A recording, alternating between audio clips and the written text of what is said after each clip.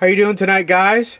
Grab your favorite beverage. This is not going to be a short review. This is a knife model that is very near and dear to me. I love it.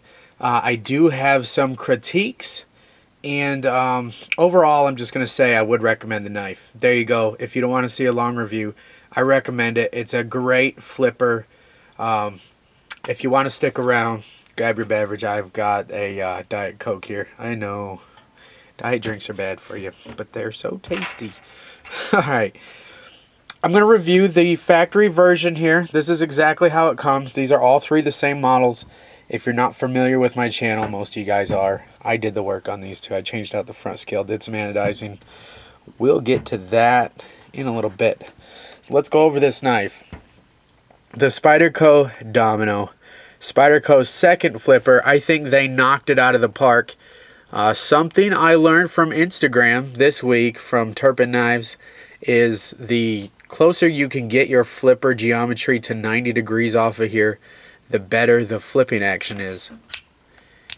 And yep, he's right. He knows a little bit of something, or a lot of bit of something.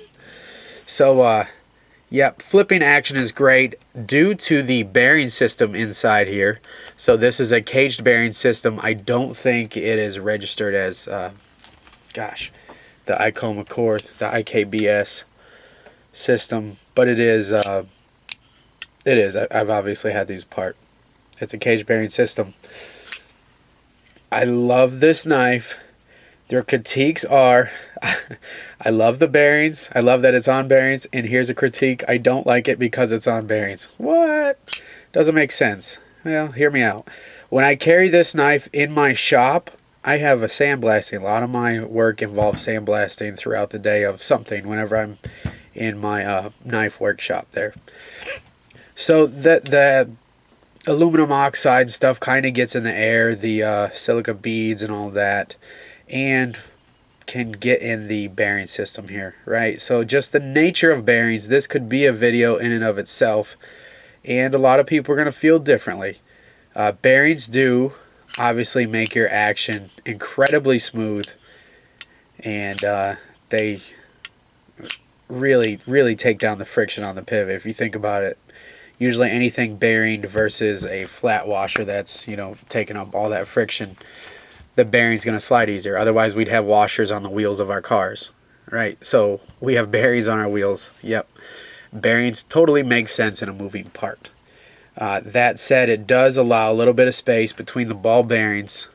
Picture each finger as a ball bearing touching up against the blade, right?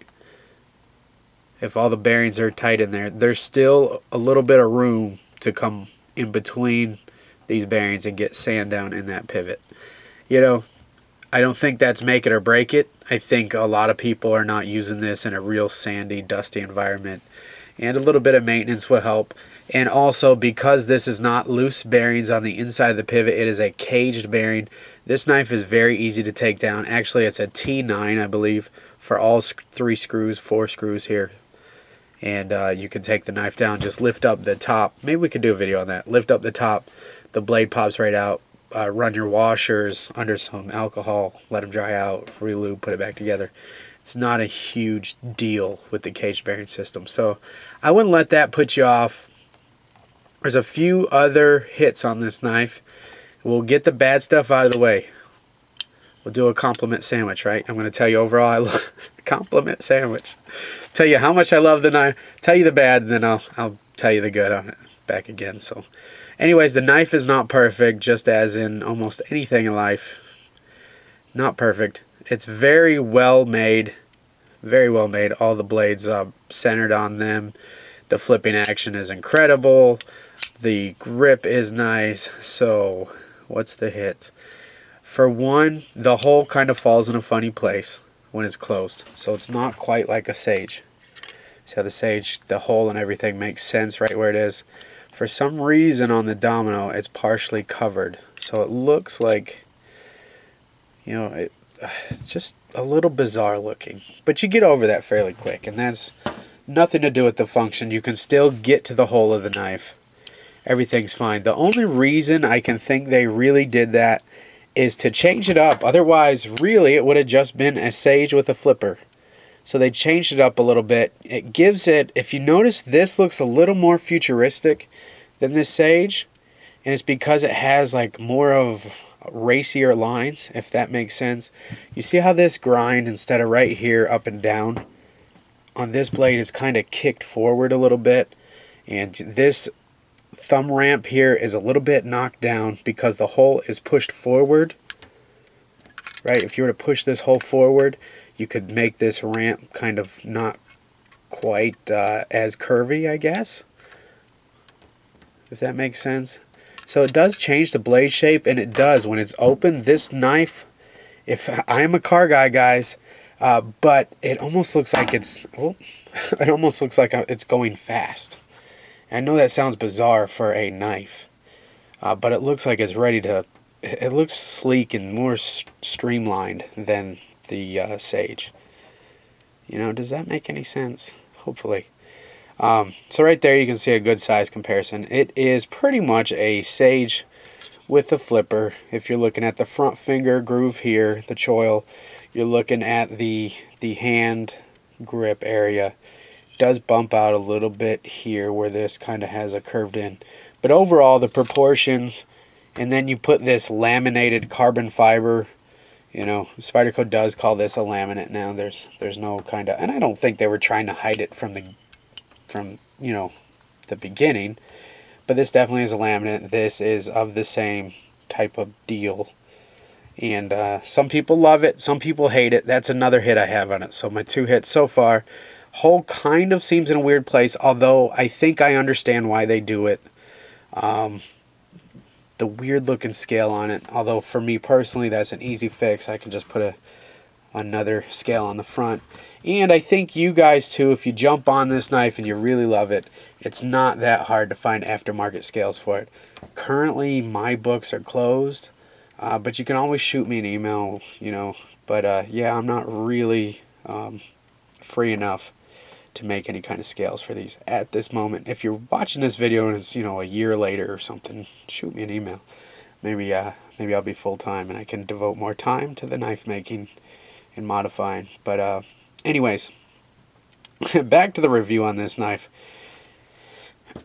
One other hit. So we got the hole, got the kind of funky carbon fiber on here, and I didn't know this. This is why I always love to carry and use these knives for a bit before I do the review.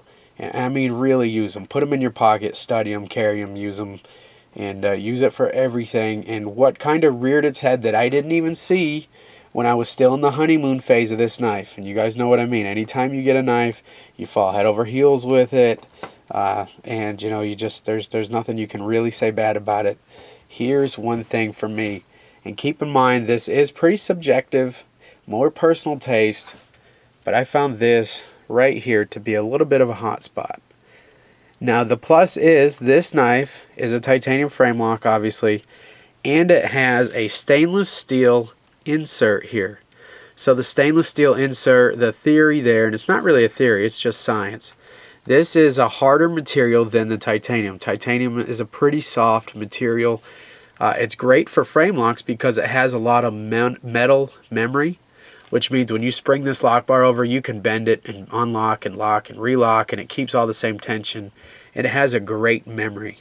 So it's a great material for a frame lock. Now the problem is, in some cases, the lock can wear over because titanium, you know, this is completely, I have no idea, but say this is even like 45 RC on a hardness scale, on the Rockwell hardness scale. Your blade, the CTS XHP blade here, is, if I had to guess, probably right around 60, 59 or 60 RC. And just because the blade is harder than the titanium, you know, the lock's going to walk over. With the insert here, that helps that. Also, if your lockup does kind of walk over, you can send it back to Spyderco. They can put a new insert in here, and Spyderco doesn't have to replace a whole titanium side.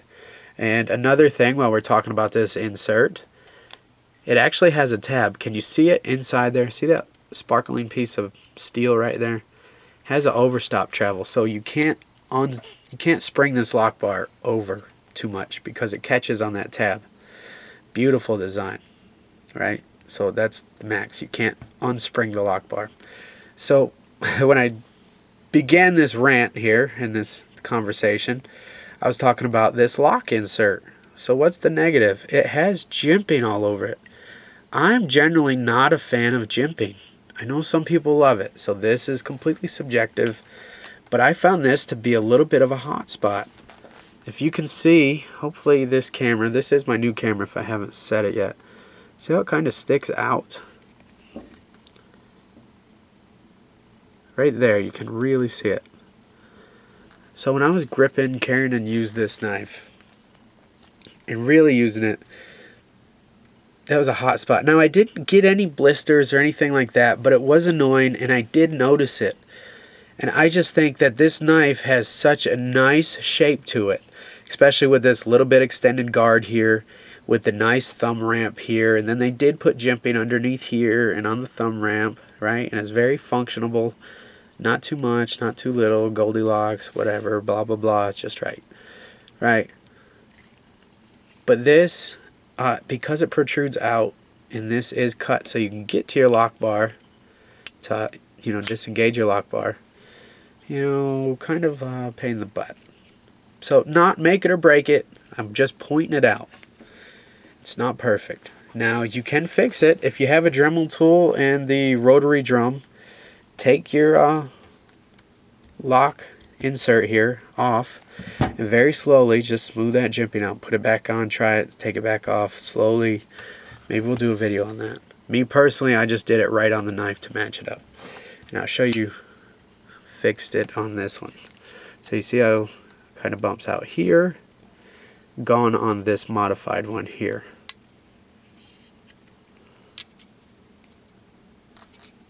Right.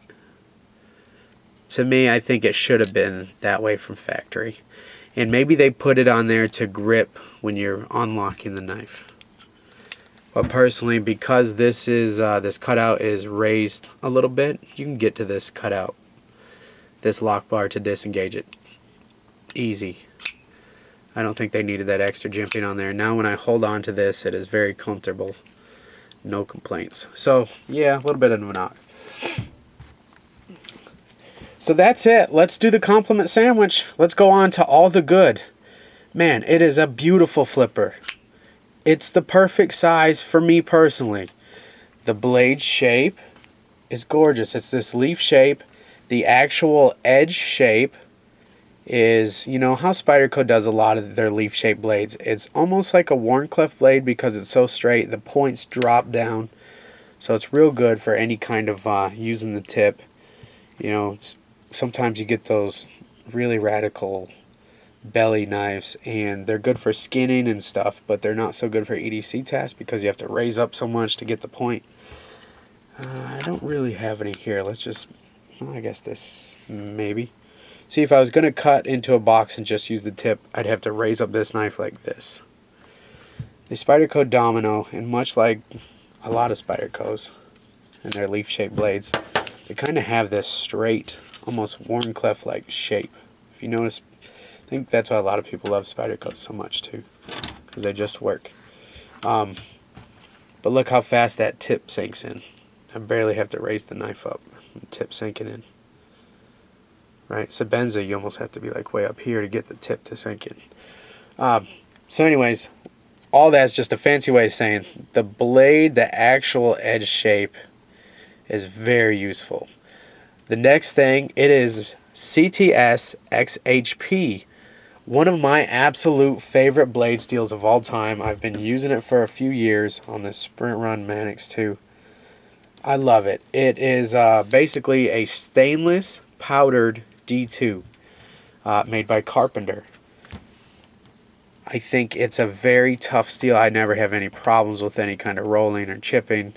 It takes a fantastically sharp edge and it loves a high polish. So it's real good on your strops, and I really love to use diamond strops on this, or diamond loaded strop.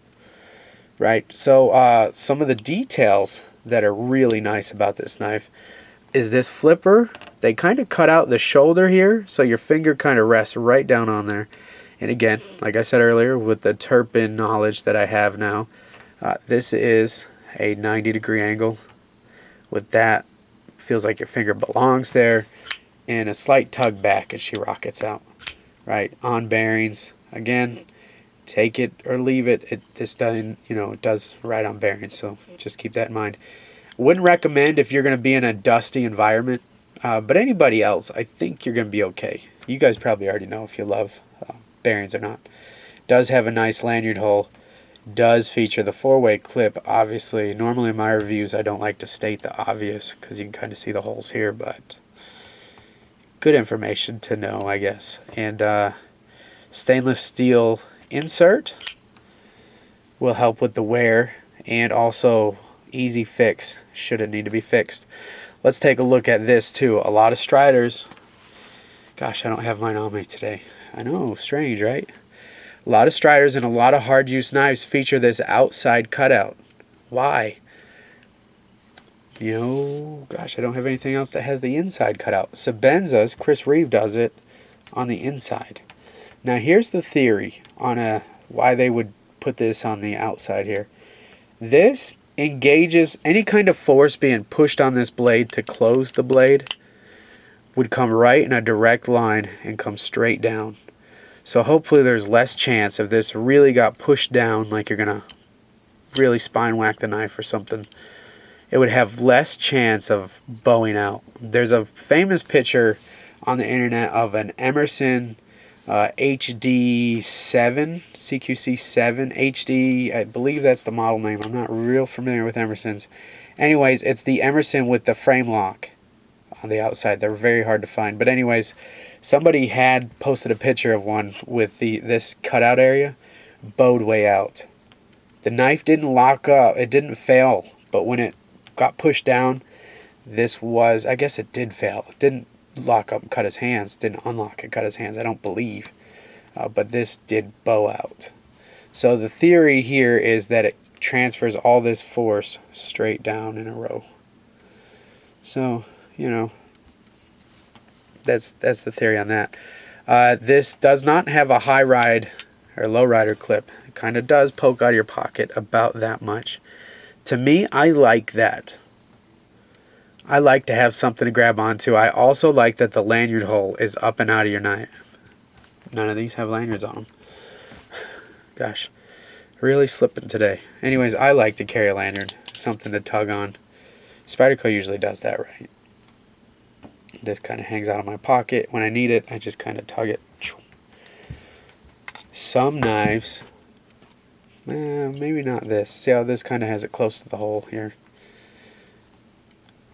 I like the lanyard placement on the Domino better than I do this mini Manix here. Not the mini grip. So that's all well and good. Does have a lanyard hole. Obviously, I took the tubes out all mine. I think it's too much. Spyderco, I think you could lose that. Tube here kind of looks a little crowded when you have the nice standoff, nice standoff, nice standoff, and then you have a flat tube in there. So none of these have them in it.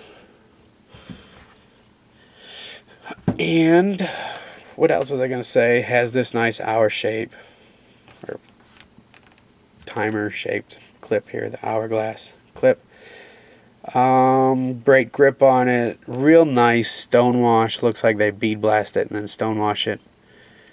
And oh yeah, one more thing I wanted to go over. Spyderco always gets this right, but one thing to make note of is that these standoffs, it is obviously a flow-through construction here, so you can blow all your lint out and stuff. These are threaded on the inside so that you can put male screws on both sides and it pinches it together like a sandwich, right? To me, that's the best construction. That's the best way to deal with this type of flow-through. You see some knives have one screw that goes through the front and it screws into the tapped titanium. So the titanium would have the threads reamed in it and the screw comes all the way through and screws in the titanium. Now why is that a negative? Because if you ever strip out the screw, you're going to screw up your titanium lock side. So that either means, maybe the knife is discontinued 10 years from now and somehow you screw up that titanium side. That factory is probably just going to give you a credit, if they'll even be able to help you at all. With this, you can get a standoff, and you can repair that. I don't care if it's 10 years from now. right? So that's always good. You're not going to screw up your titanium. And then you've got your lock insert here. This knife is going to pass the test of time. Repairs are going to be very nice. Not that you're probably ever going to need a repair, but it's always nice to know. It's good knowledge, good insurance plan, I guess. Peace of mind, right? And I just feel like it's a stronger construction when you have screws on both sides. And it looks better. No corners cut. So that's it. The Spyderco Domino. Let's show off some size comparisons, and then just for fun, we'll show off the modified versions. I hadn't showed them off because if you buy this knife, you'll either buy it like this, and I believe Blade HQ had a sprit run of blue carbon fiber on top. So you guys have already seen it next to the Sage. And some people said it was a baby Mannix. I'm going to agree with you. Look at this handle shape. So you got the front choil. This bumps down, comes out, flares out, comes back. Very similar. Now obviously the Mannix 2 is a much larger knife. But you can see they're similar. And you can tell that these are both Eric Glesser designs. If you didn't know, this little E right here means it's an Eric Glesser design. So that is Sale's son, the owner's son. Thought that had, maybe that wasn't a Sale knife. The Great Paramilitary 2 was an Eric and Sale collaboration. So two great designer minds come together, and we all love the Para 2, well, most of us. Here it is. So it's a little bit smaller than the Para 2, about the same cutting edge, not quite as pointy. So if you really love that tip, this is still sharp. It's going to do the job, but it's not quite as sharp. Let's show it up against a Native. Personally, I feel like it's a flipper Sage that also blends some of the Native. So I feel like it's these two knives blended together with a flipper. And why I say that, because the Native has no hump on the back. So the Native's kind of nice and smooth. So how they knock that down a little bit by pushing that hole a little bit forward, which kind of throws it off when you close it. Like I said, 22 minutes. Man, long review. And here is a mini Griptilian. Let me know. This color looks a little bit washed out on camera here. I still have to play with that a little bit. I do have overhead fluorescent lights, which is probably the worst lighting situation that you could possibly ever have. So here's how you're going to get it. As of right now, maybe they'll do some different sprint runs with some different steel. You know, although CTS XHP is one of my all-time favorite steels ever. And I really enjoy Eric Glesser's design. Keep in mind, this is a Taichung Taiwanese made knife. Let's show off the modified versions here. I rounded the spine. Did the lightning strike on the top bolster here. Polished that up. And then masked off this polished portion. And then bead blasted the back tan. So it's a nice bead blasted G10. And then bronzed, anodized, everything. So all the hardware, all the screws, everything is nice bronze, and then acid stone wash the blade. This still needs that modification for this. At the time when I was carrying this around so much, I really didn't. This is where I noticed that was a little bit of an issue. So I fixed that on version 3.0. Did this one for myself. If anybody's super interested in this, I'd probably sell it. I don't really need 3, although I'll gladly have 3 in my collection. No problem at all. Anyways, did the green micarta on this. Blasted. Did the double nuke. So I anodize it. Well, first I blast it, distress it, well, anodize it, then distress it, then I anodize again. So that gives that nice. And again, this camera's probably washing this finish out. And then I blasted all the hardware and tumbled it.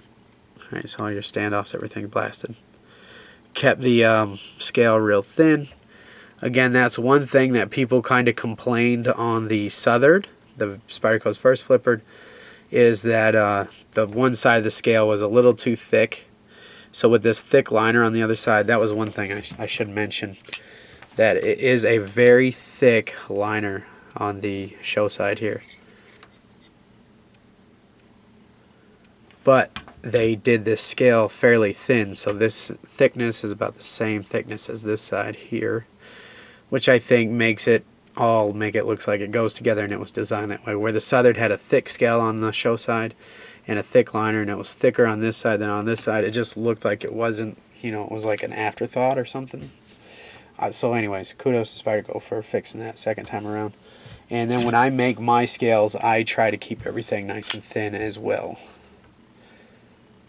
You can only do so much by the tools I have, but anyways, they're fairly close here. And anyways, just a great knife. Acid Stonewatch blade, rounded.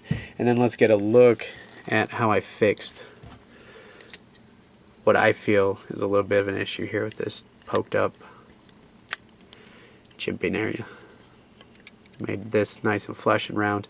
And because this scale is kind of recessed on the top side so you can get down and push on your thumb, I don't think you need that chimping there. Maybe they did it for that grip, maybe they didn't. But you can certainly still get to that. Push it down. So that's it, guys. Not going to hold you any longer. It's a great knife. One of the things I really look for in a knife that I'm going to carry and use, first of all, is how it feels in my hand. Is there any hot spots? The edge shape is very important to me. The blade steel, not so much important. I'll carry something maybe 154 cm, maybe even 1095 in my slip joints, so that's not a huge issue for me. Although when it does have my favorite blade steel, or one of my top 5 favorite blade steels, it's always a bonus, and it does. CTSX HP is beautiful, responds very well to a strop. And again, I like diamond loaded strops, so we can do a video on that if you guys want to see it. It does have a little more styling, I feel, than the Sage. I do feel like this is a more modern version, even though the Sage is not an old design by any means. Again, just because of the lines, it's a little more swoopy. This kind of square off, this swoops forward, right? The grind kind of leans forward, and then this kind of feels like it's forward. It just feels like a more streamlined version. Feels like it's going fast. It feels like a sports car, I guess. So, anyways, maybe I'm just a little crazy, but hopefully you guys can see what I'm talking about.